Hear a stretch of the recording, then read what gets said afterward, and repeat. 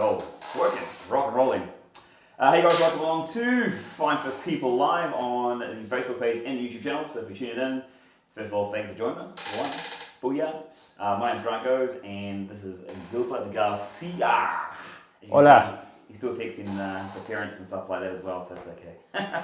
As promised, guys, we're going to talk a lot more about fitness this year. We talk to different professionals, different facilities, show you different facilities, not only gyms, but like activities and just different active spaces around the UAE. So events or courses or facilities themselves, or simply just organizations that help promote fitness and health and nutrition, eating and stuff like that as well. So yeah, that's what it's going to be all about. Now, today we're going to talk about a few different things.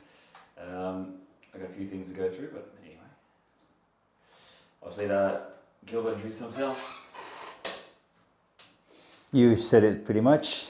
Personal trainer for a very long time now. Dinosaur in the industry. Like what Grant said, we're here for active people or people who wants to be active. Exercise, training, nutrition, health, including mental health. Very important. Mental health, very important, isn't it? Very, very important. A lot of people are paying attention to that now because we have the tools, we have information. We're blessed with this generation now that we have all the utilities, at our disposal. Like a lot of experts now and a lot of people that understood and understand the process of the circle of health or the trifecta of being fit, physically, mentally, and emotionally. Well, I was thinking maybe we should start there because one of the biggest things we have on the screen now is events have been postponed. So they've been moved from what was supposed to be maybe this weekend or the following weekend. They've been pushed past March and all the way through to April the 2nd at least. Some events may still be lucky enough to go ahead, maybe in different Emirates, but here in Dubai it's like, okay, they've got to be moved. So going to that kind of point that you were talking about, and guys remember jumping in and check your comment on this one, but the mental health, the whole scary thought of lockdown again. Yeah. I think that was probably brutal the first time it came around, but how are people's mental health, how are people's fitness going to be affected if heaven forbid, we end up in another lockdown? We don't know, like during March and April, we had a full lockdown in Dubai. It affected me, affected people. I think it affected everybody differently. Some people handled it pretty well. Some people, I was happy, to be honest. You're happy? Yeah, it's until you were locked up, was okay. Yeah, I was away. I think that's when you can really measure your mental or emotional fitness, right? It's like when you're constantly training, and then when physical adversity attacks you. Like I got infected by COVID. Yeah. I was poorly, but I'm proud to say I got through it very well. I didn't use any medications or antibiotics. Like I really refused to take the antibiotics the doctor gave me. I said, look, I'm gonna have faith in myself. It sounds bold and arrogant, but because that's how I expected my immune system to work for me, and it did. Yeah. I was terrible for 4 or 5 days, and then gradually, thank goodness, you got through it, The immune system did what exactly it's supposed to do.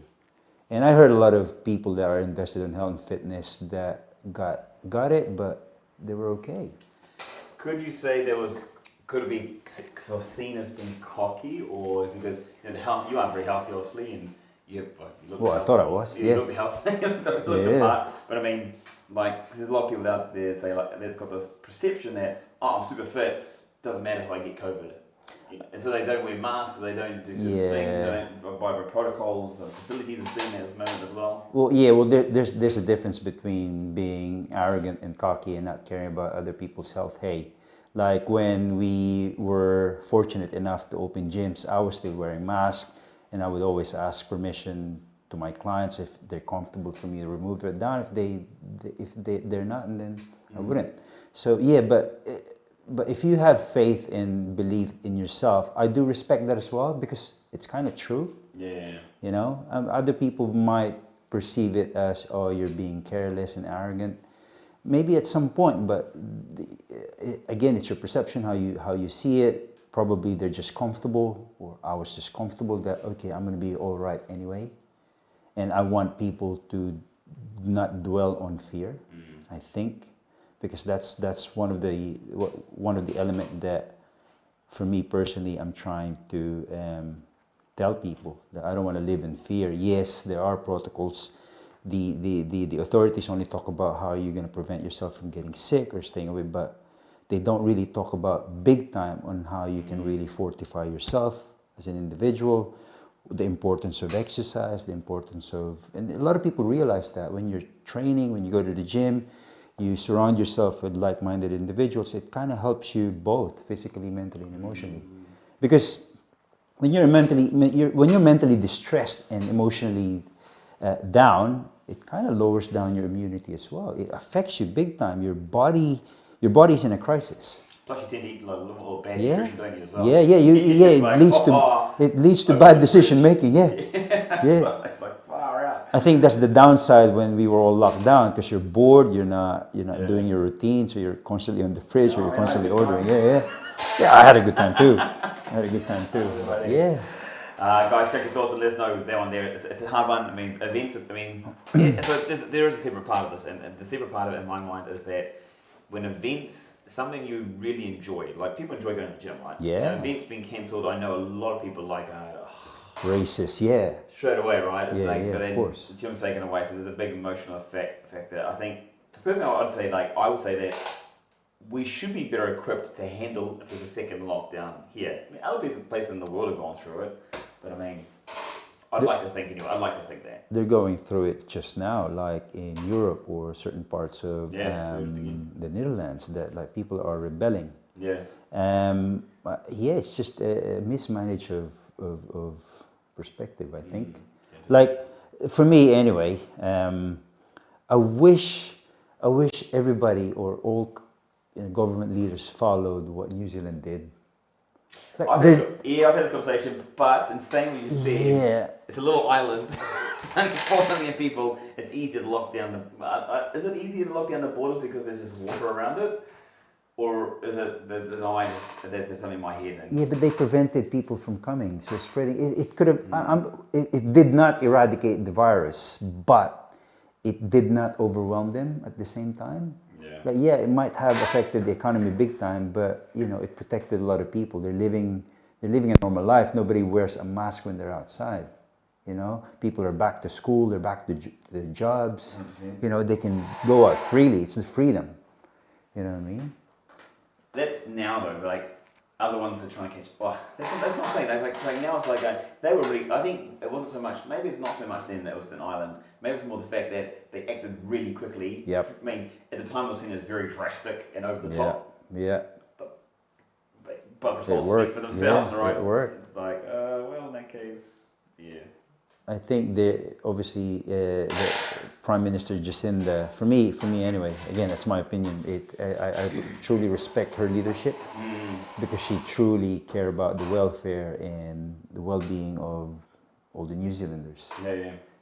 Well, that's something. So we're talking about events postponed, right? So talking about events, and in New Zealand, talking about this, there's events like normal, like packed stadiums. Events can be organised by anyone, anytime. They can happen and go ahead. So, like, I've got a lot of friends back in NZ, and they've got they're loving life because it's normal back in NZ. Exactly. So what the problem here is, I think, I don't know. Will there be a problem here? I don't know. It shouldn't be, actually. The reason why it's very important, especially for active people like us. Most people that are not, they just think of it like it's just a physical event. So what? But if you look at it on a different angle, it gives people's purpose, isn't it? It helps them work for something. It makes them feel achieved. And we're organic individuals. We're supposed to be out there in nature. That's why you feel good when you're outside. You feel good when you're with people that are running as well, or doing triathlons, or doing obstacle races. When you're just merely at the beach, you feel grounded. I've got a thing for the thought here. I want everybody that. So here's the thought. The idea is that because who's at fault more? The non-active person or the active person? Who's not wearing masks? Who's just going out there and doing their thing? Because there's regulations here that says if you're exercising, you don't need to wear your mask during high intensity or exertion. That doesn't make sense for me, actually. Like, when you're, look, guys, this is not rocket science. I think we're all aware that It's harder to do. when you're doing an exertion, if you're gasping for air, you're actually more inhaling. You're inhaling more of oxygen or air or whatever it is And throw in it the out atmosphere, further as well, and right? breathe it out. Yeah. Like when I'm exhausted, when I'm pushing myself to training, and you do as well. Sometimes you forget how you talk, you spit, Yeah. I think all the more that you need protection. That's it. That's like, You know, I'm with you. But you definitely need fitness. There needs to be a balance. But anyway. And here's the problem. You go to the beach, you're okay when you're by the beach or when everybody's lying down and comfortable, not wearing a mask. A few seconds you step on the track, on the footpath, they police you for wearing what? COVID chooses to be here and not by the beach? I don't get it. And then this is one thing that really triggers me. I hear people, I don't want to go to the gym because of coronavirus. I'm just happy about working at home. I'm going to get infected. Fine, if you're happy at home, do that. But don't ever say to me that you can only get coronavirus in the gym. You're more highly infected in there. And these are the same people that are happy walking in the mall, eating in a restaurant. No.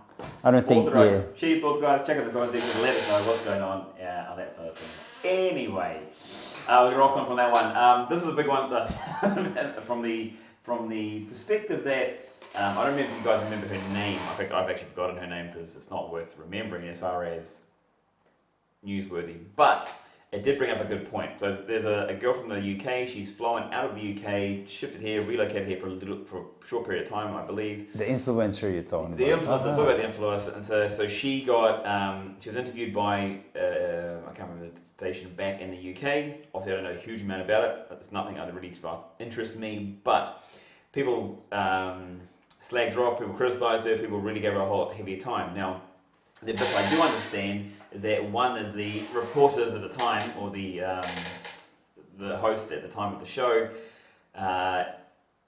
were asking her, like, how are you in this with the UK when you've left the UK and gone out? And so I was like, well, that's a good point.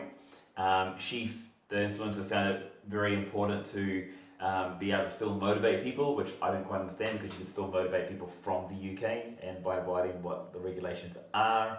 And then I suppose what really happened was one of the worst things that, from her perspective, what she did to herself was, unfortunately, she said she was an essential worker. And that kind of caught my thing as well, because from an essential worker's point of view, yes, you're not an essential worker. You're important from the fact that if you really are in this for the right reason, you're helping people improve their fitness levels to ability to improve their health. Yeah, it's important, but you're by no means an essential worker. Anyway, so I want to get your thoughts on this one here. Did you hear about that one? Or much about it? Well, obviously not influential. No, I'm not influenced. Not influenced. No, I don't know her. I've heard about it, but I've not seen. I don't know. I think it just. So, okay, where's your place then? If you were her in the UK and the numbers are rising, obviously there's lockdowns going out, would you leave quickly? And is that first of all, is that beneficial for Corona? No, I don't think so. Like what I've said, being a responsible citizen, if you know it can contribute to the spread, I wouldn't. But like I could have stayed in the Philippines when I was on holiday. This is me, but I have to go back because my livelihood is here. You know, my visa is here. So your life is here at the moment. I think my take on is that is, look, whether or not she's spreading lies or positivity out there, it's the market that's dictating it. People are following her. People are convinced. You know. You might agree or disagree, but like, I don't know who's saying this, I think it was Einstein. He said that it doesn't mean that someone popular says something stupid and people believe it. It does not make that statement not stupid. It's still stupid, it's just millions of people are stupid to follow her, you know. That's kind of a thought. Anyway, let's see your thoughts on that one. We're not going to dive too much further into that. We're not here to criticise, we're just simply here to kind of open the thought process behind it, as especially professionals here. This is a group about professionals. So, like, if you're the professional and you're in her situation, and I'm sure there's influencers on here, and to be honest, very, very honest, I mean, there's professionals on here that I'm sure are unqualified, and there's professionals on here that are qualified. And whoever you do, whatever you do, look, all to your own. I'm not going to pass judgment on anyone like that, really, to be honest. But it is interesting to see the kind of reactions that people, the outside world, has to these kind of things that are happening. So. Yeah, but the question is, what is she influencing about? Oh, that's a whole other question, bro. Yeah. That's a whole other question. Especially when you're taking photos of your chest and that's about it, or enjoying a horse ride in her case. Yeah, there's an audience for that. Yeah, there's an audience, not right? for this audience. On my mind, anyway. Okay, so let's move on from that one, guys.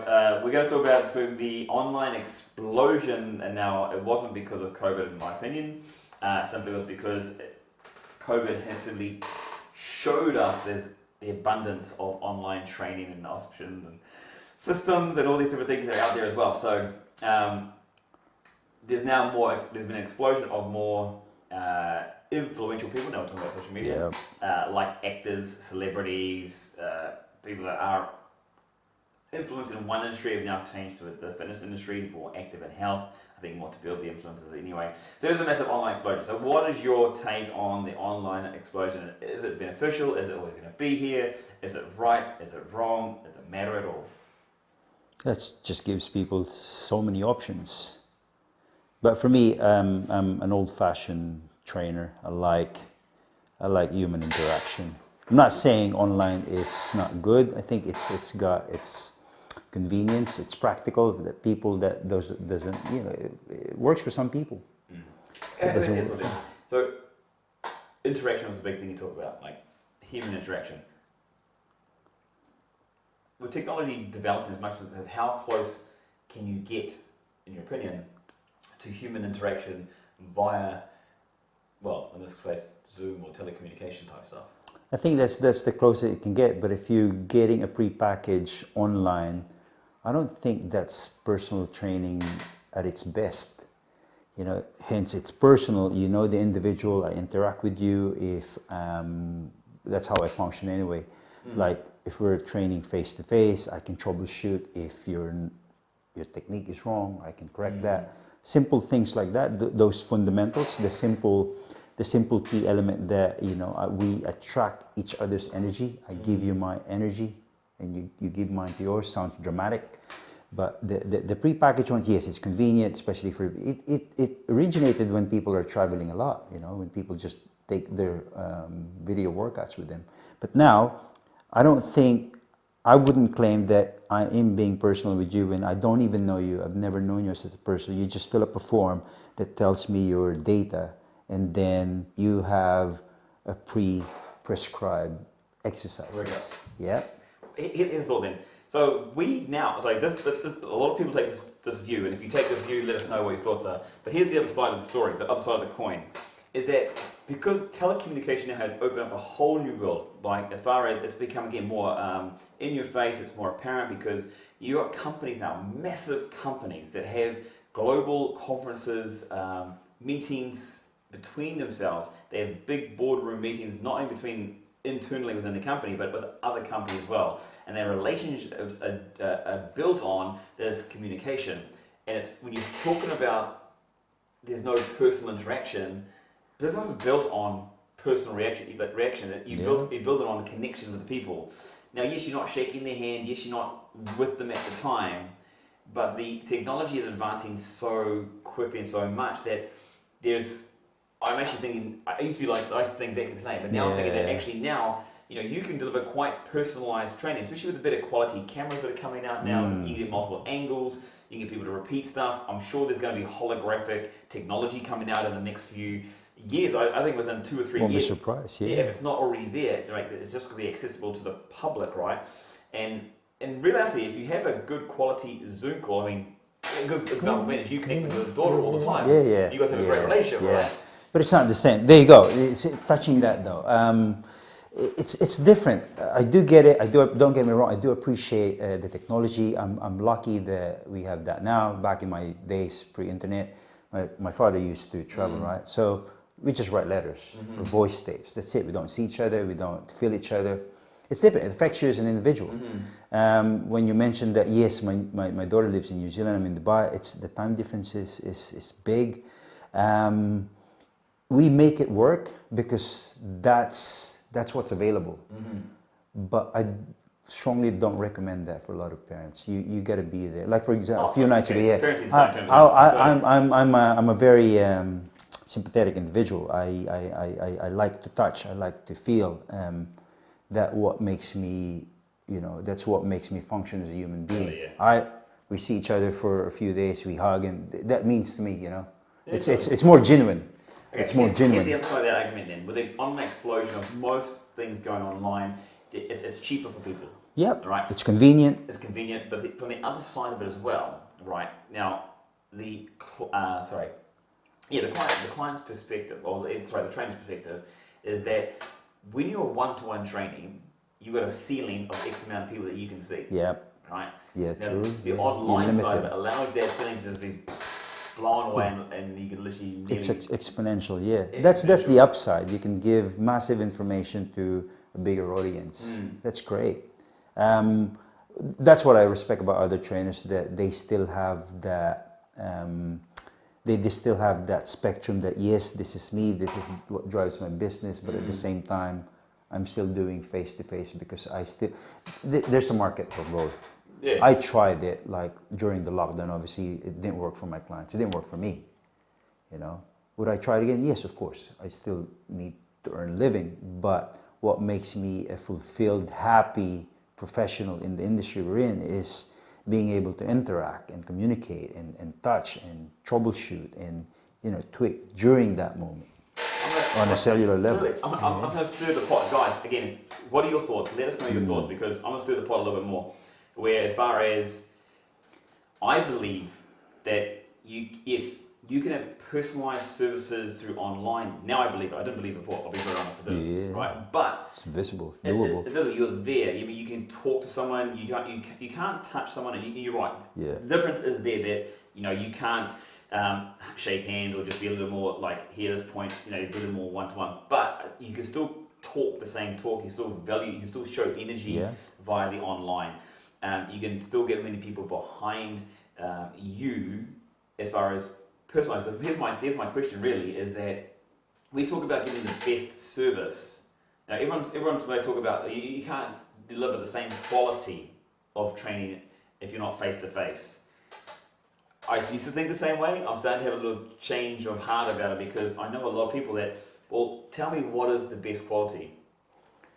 Like at the end of the day, isn't it about that person? And if they are getting results, if they're not injuring themselves and they're doing it online via video, then isn't that?